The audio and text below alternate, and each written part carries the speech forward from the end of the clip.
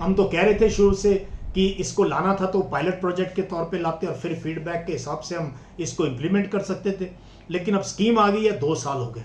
तो अब जो है इसके बेस पे आर्मी क्या ट्वीक कर सकती है, जो वर्ड है कि आर्मी क्या चेंज कर सकती है। मेरे पास 3 ऑप्शंस जनरेट करने की आदत है फौज में। नंबर 1 ऑप्शन है कि इस स्कीम को पूरी की पूरी को जो है डस्टबिन में डाल दिया जाए, यानी कि खारिज कर दिया जाए। मुश्किल है, क्योंकि सरकार जब स्कीम लेके आती है बहुत मुश्किल है किसी की पूरा का पूरा, बट हो सकता है, पॉसिबिलिटी है ये। नंबर 2 है कि हम इसको 50-50 कर दें, जो कि मैंने एक वीडियो में जिक्र किया था, जो कि जब जनरल रावत सीडीएस थे, और शायद ऐसा कुछ किताब में भी है, जनरल नरवणे की किताब में। अनफॉर्चुनेटली वो किताब को भी रोक दिया गया, अब आएगी किताब तो देखेंगे उनका क्या कहना है इसके बारे में, कि इसको 50-50 कर दिया जाए। 50% को रिटेन कर लें, 50% को बोलें ठीक आप जाओ, और उनके लिए हम कोई रिहेबिलिटेशन का चला सकते हैं। नंबर 3 चॉइस है,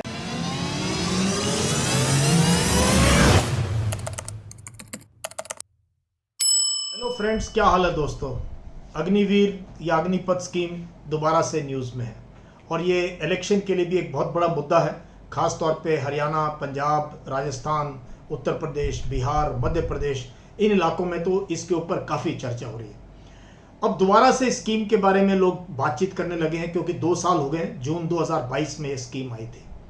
और आज का जब मैं इंडियन एक्सप्रेस मॉर्निंग में, आपको पता मैं डीएनए करता हूँ, तो इंडियन एक्सप्रेस में ये न्यूज़ आई है कि army conducts own survey on scheme of Agniveer for recommending tweak, यानी कि इसमें होता है कुछ ना कुछ चेंज किया जाए, फॉर मे रिकमेंड ट्वीक्स, कि आर्मी शायद इसमें कुछ चेंज करने की कोशिश करे, या इसमें बेस्ड ऑन द फीडबैक, कि हमेशा होता है। इस मुद्दे पर मैंने बहुत वीडियो बनाई है। जिस दिन से ये स्कीम आई थी, आपने मेरे को नेशनल टेलीविजन पे देखा है, मैंने आर्टिकल्स लिखे हैं इसके ऊपर, और वीडियोस तो मैंने एक के बाद एक कई बनाई है इस मुद्दे को लेके, कि स्कीम के अंदर क्या फ्लॉज हैं, और क्यों ये स्कीम जो है ना तो देश के हित में है, ना फौज के हित में है, ना नौजवानों के हित में है। तो कहीं ना कहीं हमारे पास अब वक्त है कि 2 साल के बाद अब फौज ने भी अच्छे से देख लिया है कि स्कीम के क्या फ़ायदे हैं, क्या नुकसान है, और देश में भी इसकी काफ़ी चर्चा हो रही है। तो आज मैं ये जो वीडियो है इस अग्निपथ स्कीम के ऊपर, ये मैं बेसिकली बनाऊंगा ये जो इंडियन एक्सप्रेस की आज की रिपोर्ट है, जो कि मैंने मॉर्निंग डीएनए में भी कवर किया।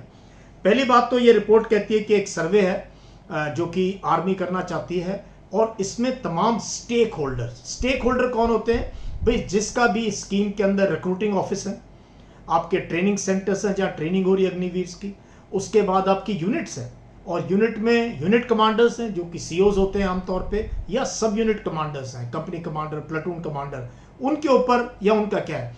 एंड सबसे बड़ा स्टेक होल्डर है वो नौजवान जो कि स्कीम के अंदर आर्मी, नेवी, एयरफोर्स में भर्ती हुआ है। तो उसके ऊपर भी इसमें है कि जो अग्निवीर ऑलरेडी आ चुके हैं या अंडर ट्रेनिंग है, उनसे भी 10 सवाल पूछे जाएंगे और उनसे फीडबैक लिया जाएगा स्कीम का। तो उस पर मैं आज बात करूंगा और लास्ट में अपने एनालिसिस बताऊंगा कि क्या किया जा सकता है। तो सबसे पहले जो बड़े मुद्दे जो है इस स्कीम को लेके, जो कि लोग समझते नहीं है, बहुत से लोग अभी भी ट्विटर पे लिखते नहीं स्कीम से तो यंग आर्मी हो गई है, पैसे बच रहे हैं। तो उनकी इंफॉर्मेशन के लिए इस स्कीम में जो खास मुद्दे हैं, जो फर्क है पुराने रिक्रूटमेंट से, वो ये है, पहले एक बार जवान भर्ती हो गया तो वो जब तक खुद ना छोड़े या पेंशनेबल ना हो, वो सैनिक था, उसकी भर्ती ऐसे सैनिक होती थी, पहले दिन से सर्विस में था। अब क्या है, ये 4 साल का है, उसका आर्मी नंबर, उसका रैंक भी अग्निवीर रैंक है, उसका रैंक सिपाही, सैपर, गार्ड्समैन, ग्रेनेडियर ये सब नहीं है, तो he Agniveer, he is not even a soldier. तो अभी क्या चीजें हैं, ट्रेनिंग पीरियड जो पहले 9 महीने था और खींच के 10-11 महीने, साल हो जाता था तकरीबन, तो अब ट्रेनिंग पीरियड को कम कर दिया है। तो आप समझ सकते हो, अगर ट्रेनिंग पीरियड कम कर देंगे आप किसी भी इंस्टीट्यूशन का, वो भी सिपाही का जो कि सालों साल चल रहा है, तो उसमें किस प्रकार का आप फाइनिश प्रोडक्ट देखोगे अगर आप पूरी ट्रेनिंग नहीं है। तो ट्रेनिंग पीरियड कम हो गया 6 महीना। दूसरा, terms and conditions totally different है अग्निवीर के। जो पुरानी टर्म्स एंड कंडीशंस थी, जिसमें उनकी पेंशन है, उनके चोट लग जाए तो क्या होगा, उनको अगर किल्ड इन एक्शन हो जाए तो क्या होगा, इस टाइप की बहुत सी टर्म्स एंड कंडीशंस होती है जिसमें सिपाही साइन करता है, तो वो बिल्कुल अलग है इसमें। इसमें छुट्टी जो है नॉर्मल सैनिक को 60 दिन की एनुअल लीव और 30 दिन की कैजुअल लीव लागू है। 90 दिन की छुट्टी एक सिपाही आर्मी, नेवी, एयरफोर्स का काटता है इस देश के अंदर, बहुत बड़ी बात है।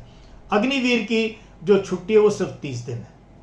ये बहुत बड़ा फर्क है, 60 दिन जो का फर्क है उसकी और इसकी छुट्टी के अंदर। उसके अलावा पे में तो बहुत ज़्यादा फर्क है, आपको पता ही है। ये ग्रेडेड पे है, शुरू होगी पहले साल, दूसरे साल, तीसरे साल, चौथे साल। उसके बाद एक बड़ा जो इसके अंदर इनकी टर्म्स और कंडीशंस में है वो शादी को लेके है कि अग्निवीर मैरिज नहीं करा सकता है। उस अगर कराएगा तो मैरिज वैलिड नहीं है। और वैसे भी गांव में अग्निवीर को कोई शादी लड़कियां दे भी नहीं रहा है, क्यों कहते तुम तो टेम्परेरी, तुम्हें कौन लड़की देगा। तो जो पहले वो था, एक फक्र था, और एकदम मैरिज मार्केट के अंदर या मैरिज हमारे समाज में अगर कोई आर्मी, नेवी, एयरफोर्स में भर्ती हो जाता है किसी भी उसमें, तो उसकी शादी आम तौर पे उससे कहीं ज़्यादा पढ़ी लिखी लड़की से, और लोग वेट करते हो गवर्नमेंट जॉब का, परमानेंट जॉब की अलग बात है। तो अग्निवीर शादी नहीं कर सकता है। अनदर थिंग जो है कि इनकी जो अगर अग्निवीर किल्ड इन एक्शन है, ड्यूटी के टाइम पे डेथ हो जाती है किसी भी रीजन से, तो उनको जो है उनके माँ बाप को other than x gratia payment जो वन टाइम है, वो स्टेट गवर्नमेंट का, सेंटर का, वो चेंज होता रहता है, क्या है, पेंशन नहीं है।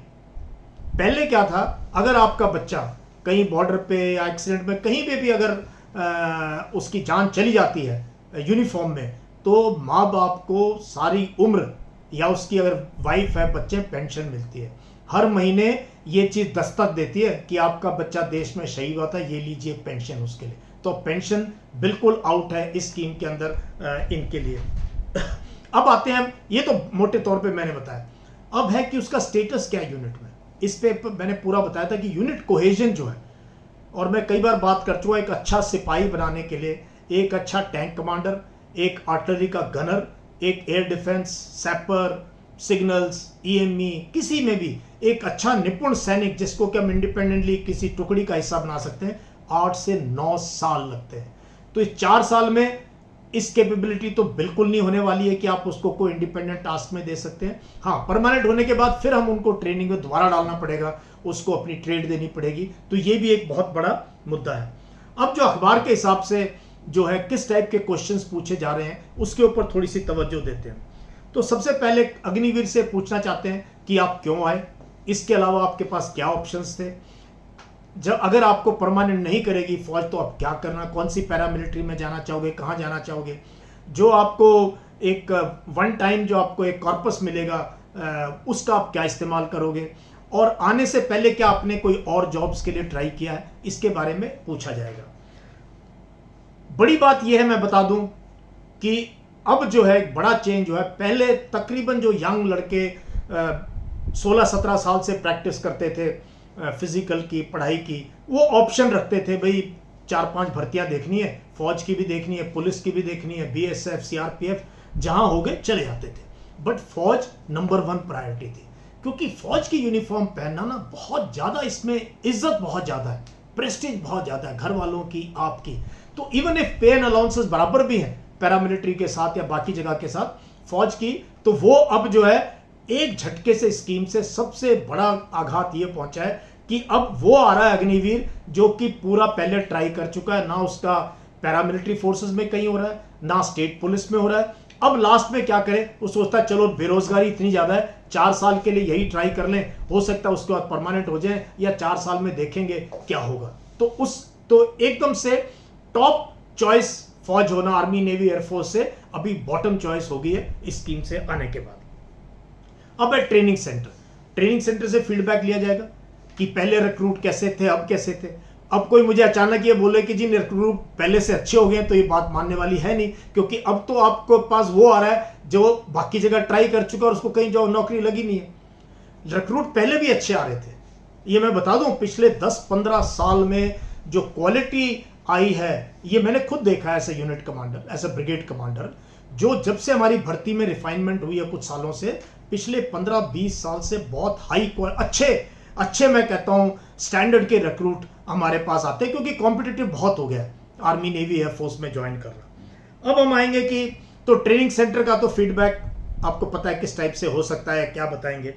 अब है यूनिट और सब unit commander. Unit commander CO, सब यूनिट कमांडर कंपनी कमांडर या प्लेटून कमांडर। देखो पहले जब एक ड्राफ्ट आता था हमारे पास सेंटर से 25-30 लोगों का, हम उनका यंग सोल्जर्स का ऑर्डर करते थे, उनके टेस्ट लेते थे, देखते थे कौन मोटर में जाना चाहिए, कौन इंट में जाना चाहिए, कौन रेक्विएम सपोर्ट में जाना चाहिए, कौन एमएमजी में जाना चाहिए, कौन एटीजीएम में जाना चाहिए, किसको हम बीएमपी या टैंक का ड्राइवर बना सकते हैं उनके एप्टीट्यूड पे। तो हम बहुत डेलिबरेटली, क्यों हमें पता था अब ये आया है हमारे पास, ये भी आया है पूरी जिंदगी इस यूनिफॉर्म में, इस यूनिट में, इस कंपनी में अपनी अब सब कुछ देंगे। अब 4 साल वाले का आप क्या असेसमेंट करना चाहोगे, क्या ट्रेड दे सकते हो आप, क्या उसको ट्रेन कर सकते हो एक टैंक कमांडर के रोल में या एक anti tank guided missile firer pilot के रोल में? नहीं।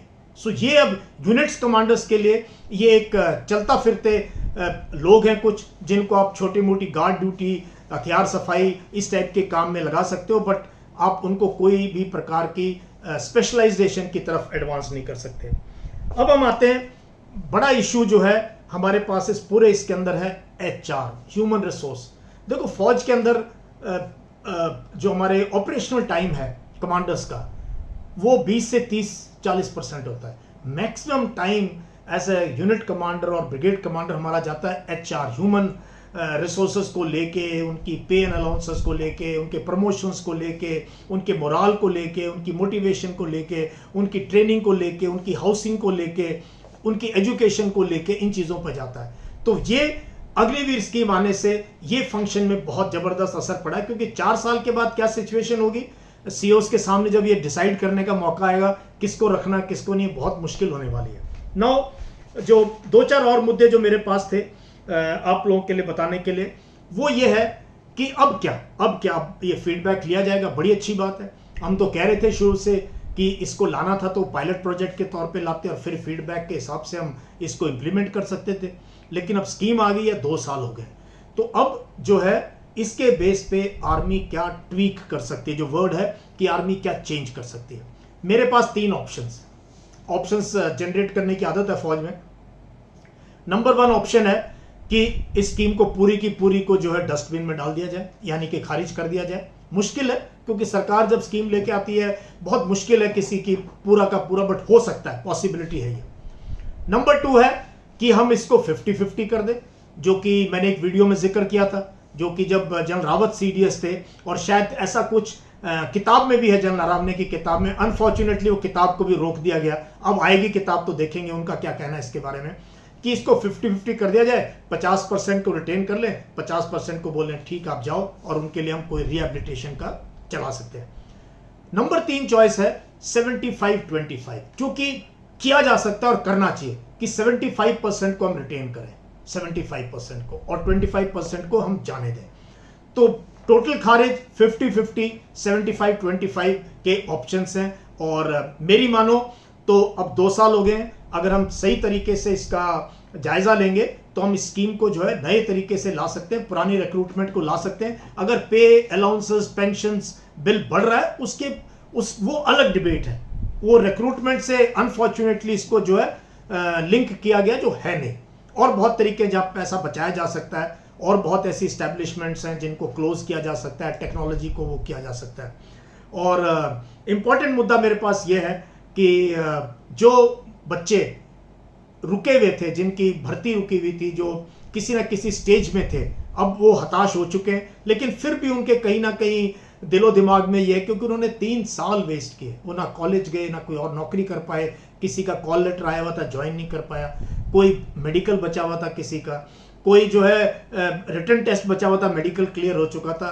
बहुत अच्छा रहेगा कि उनको भी हम दोबारा जो है बुलाया जाए, दोबारा फिजिकल रिटर्न वगैरह हो सकता है, लेकिन उनको भी एक बार मौका देना चाहिए कि भाई आप आएँ और अपनी पसंद की वर्दी पहनने का जो है मज़ा लें और प्राउड फील करें। सो आई थॉट ये अच्छा टाइम है अग्निवीर अग्निपथ स्कीम की बात करने की, और मुझे उम्मीद है कि इसके ऊपर आप कमेंट बॉक्स में लिखना आप क्या समझते हो।